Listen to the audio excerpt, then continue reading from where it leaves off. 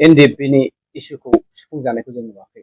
अनजलि दैमारि madam मोनजों आरो एक्स NDFB गासैखौबो लानानै गोदान पलिटिकेल पार्टिनि सायाव जोंहा मानगोनां कंग्रेसनिफ्राय गर्जन मुसाहारि सारा माखासे बिबुंथि होदों। नोंथांमोना आं बेखौ फोरमायगासिनो दङ।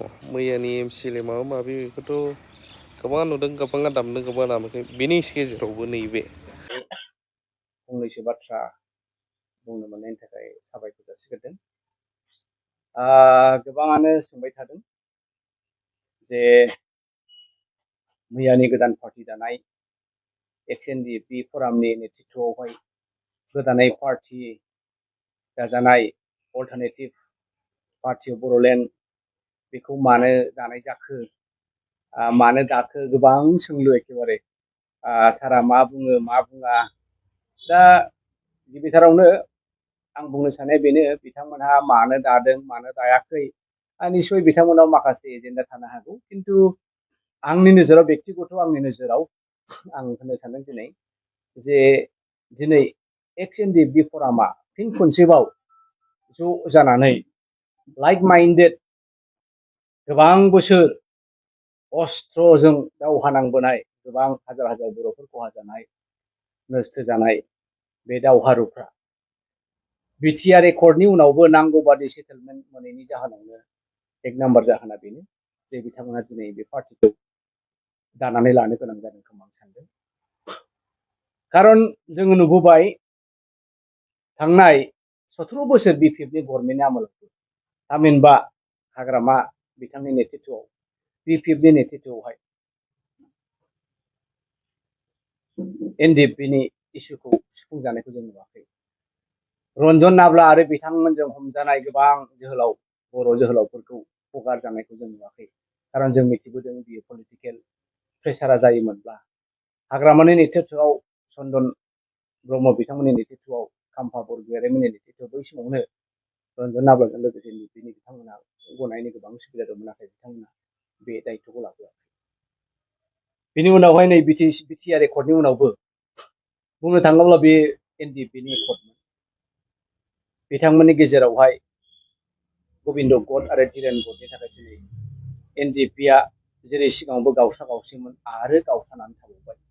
दा बेनि जाहोनाव बिथांमोनहा जेबायदि एनडिएफबि हिसाबै सुबिदा मोननांगौमोन बा बिथांमोननि दाबि दावाफ्रा सुफुंजानांगौमोन, बिथांमोननि साननाय हनाय बेसिकेलि जेराव जोबजानाय आरो खहा जानाय न'खरफोरनि कम्पेनसेसन जेरै मोननांगौ बिथांमोनहा मोनाखै बा थगायजादों। बिनि थाखाय निस्सय बिथांमोनहा नैबे पार्टिखौ लानो गोनां जादों। खारन जों नुयो दिनैनि दिनावहाय इन्डियानि गासैबो समस्यानो जों नुबोदों। तेलेंगाना रायजो बिनाय, विदर्भा रायजो बिनाय, सोरबा बड'लेण्ड बिनाय, बे गासैबो पलिटिकेल प्रेसारजोंसो जाबोनायखौ जों नुनो मोनदों। आरो जोंहा पलिटिकेल प्रेसार गैयैखाय जोङो दिनैसिम बड'लेण्डखौबो सोरजिनो हायाखै। दा थिग बेबायदिनो जे रन्जन नाब्ला आरो एनडिएफबिनि गोबां केडारफ्रा दिनैसिमबो जेलाव दङ, बिथांमोननि जानानै रावबो पलिटिकेल आनसलिक दलफ्रा प्रेसार होआखै, बेखायनो बिथांमोना गवाखै। हयथ' बिनि थाखायनो दिनै बे एक्स एनडिएफबि फरामा खौसे ज' जथुमनानै बे गोदान पार्टिखौ दादों खोमा। नाथाय बेवहायनो जों बेखौबो सानदों, नंगौ एनडिएफबिआ गावहानो मोनसे हाथियारखाय आन्दलननिफ्राय लानानै दिनैसिमबो बिथांमोना गावनि समस्याखौ गावसोरनो सुफुंनांगोन। नाथाय बाथ्राया जाहैबाय, बिथांमोना दिनैहाय जाय पलिटिकेल फरामखौ दादों, बिथांमोनहा सोरनिबा बोसोन, सोरनिबा आशीर्बादजों दाफुङाखैथ', बा सोरनिबा एडभाइसआव, सोरनिबा बिथिङाव बे पार्टिखौ दायाखैथ'। दा गोबांनि स्पेकुलेसनखौ नायोबा, गोबांनि बुंसोलायनायखौ नायोबा, हयथ' बिथांमोननि बे गोदान पार्टी दानायनि आन्दोआव सोर गैया। दा बियो मारब्ला बिथांमोना गावसोरनो पलिटिकेल हान्जा दानानै गावसोरनो मोनसे प्रेसार क्रिएट खालामनो सानदोंबा, एनडिएफबिनि दैदेनगिरि रन्जन नाब्ला आरो बिथांमोनजों गनायनि बावहाय गेदेर सोंलु।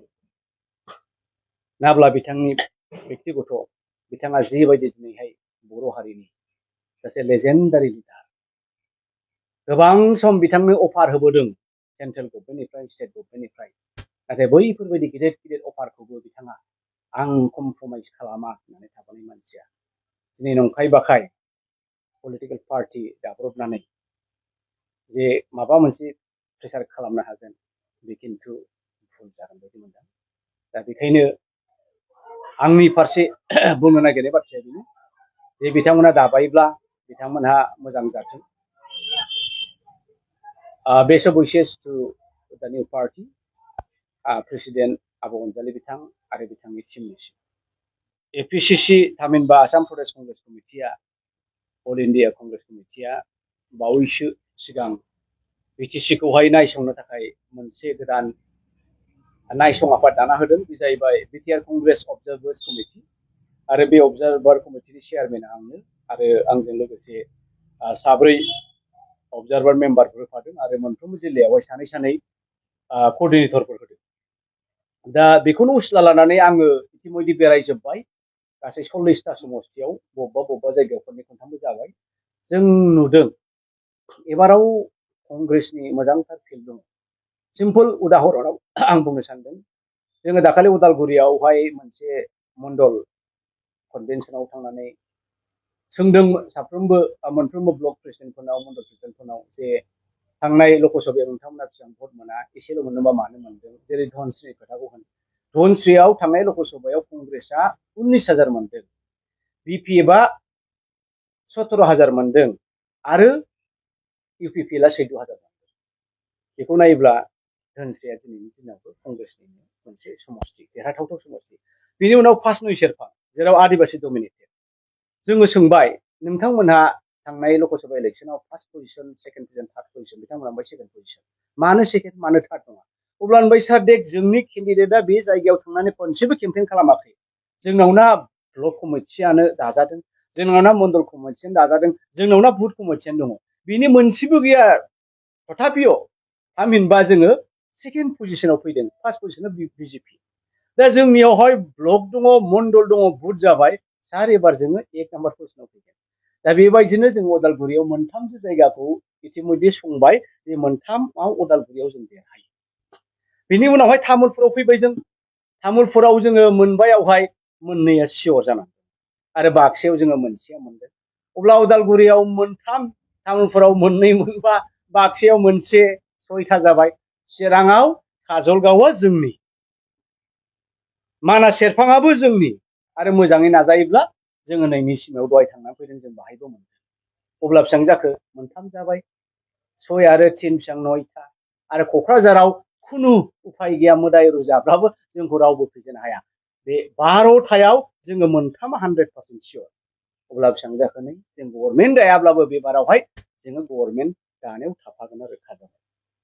जोङो दहायनि सिमायाव थांबाय नुबाय ब्लकनि वार्कारफोरजों रायज्लायबाय, लिडारफोरजों रायज्लायबाय जे बिथांमोना एबारावहाय फ्रेश केन्डिडेटखौ बिथांमोना बिजाथि महरै होनो नागिरदों। दा बियो खालिनि सिमायावल' नङा, नोंथांमोनहा चिरां 14खौ नै अमिय'आ सासे गोदान लाइमोन जौगाफु लाइमोन ओंखारबोदों।